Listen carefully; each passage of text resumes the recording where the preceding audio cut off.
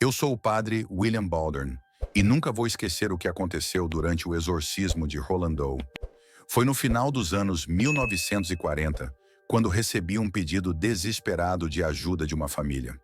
Eles estavam convencidos de que seu filho, um adolescente de 14 anos, estava possuído por uma força demoníaca.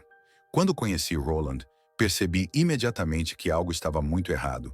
Ele parecia ser apenas um garoto comum, mas sua presença exalava algo sombrio. A família contou que tudo começou após a morte de uma tia que se interessava pelo ocultismo.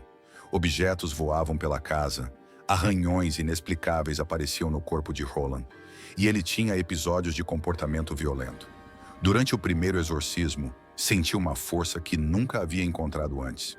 Enquanto rezávamos, Roland começou a falar em línguas que ele nunca poderia conhecer. Palavras ofensivas surgiam em sua pele, como se alguém as tivesse escrito com garras. Ele se debatia, gritava e até mesmo levitou sobre a cama em um momento que fez todos na sala recuarem de medo. As sessões continuaram por semanas. A cada dia, Roland parecia mais distante de quem ele era, mas eu me apeguei à minha fé. Em uma das últimas sessões, ele gritou em uma voz gutural: "Eu sou o Senhor desta casa e não sairei." Reforcei minhas orações e a luta espiritual chegou ao ápice. De repente, Roland entrou em transe e disse que via um homem vestido de branco que o estava libertando. Naquele momento, ele desabou, exausto, mas a paz que invadiu a sala era indescritível. O exorcismo foi um sucesso. Roland voltou à sua vida normal, mas eu nunca mais fui o mesmo. Eu sou Carolyn Perron, e minha família nunca imaginou que uma mudança de casa transformaria nossas vidas em um pesadelo.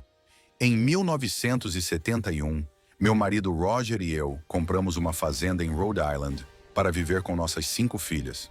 A casa era grande, charmosa, mas antiga, com mais de 150 anos. Mal sabíamos o que nos esperava. Logo após a mudança, coisas estranhas começaram a acontecer. Pequenos sinais no início. Objetos desapareciam e depois reapareciam em lugares impossíveis. Ouvíamos passos no andar de cima quando ninguém estava lá. Depois ficou pior. Uma presença invisível puxava as cobertas de nossas camas à noite.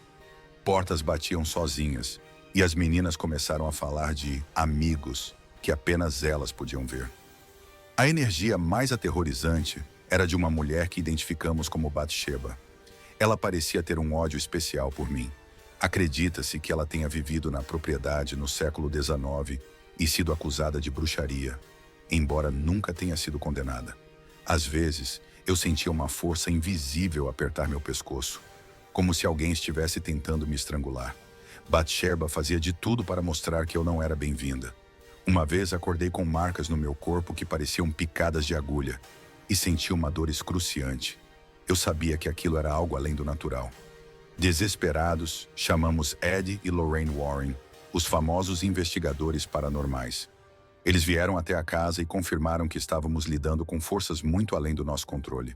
Lorraine, que é médium, disse que havia uma energia maligna ligada à casa e que Bathsheba era apenas uma das entidades. Os Warrens tentaram ajudar realizando sessões de limpeza espiritual. Durante uma delas, fui temporariamente possuída. A sensação de perder o controle do meu próprio corpo foi horrível. Embora as coisas tenham melhorado um pouco depois, nunca sentimos que a casa estivesse completamente livre das energias que a habitavam. Após anos de luta, vendemos a propriedade e nos mudamos, mas os eventos ainda me assombram. Não há como esquecer as noites em que vivíamos sob o olhar constante do sobrenatural. Meu nome é Sarah e eu sou uma investigadora paranormal. O Waverly Hills Sanatorium, em Kentucky, era um lugar que eu sempre quis explorar, mas nada poderia me preparar para o que vivi lá. O hospital foi construído nos anos 1900 para tratar pacientes de tuberculose, e milhares morreram ali devido à falta de tratamento eficaz na época. Desde que fechou, tornou-se famoso pelas atividades paranormais. Fui ao Waverly Hills com um grupo de colegas durante uma investigação noturna. Assim que entramos, senti o peso do lugar. O silêncio era absoluto, mas havia uma energia pesada no ar, como se o prédio ainda estivesse cheio de dor e sofrimento. Nosso guia nos levou até o famoso Túnel da Morte, Um corredor inclinado que era usado para transportar os corpos dos pacientes sem que os outros vissem.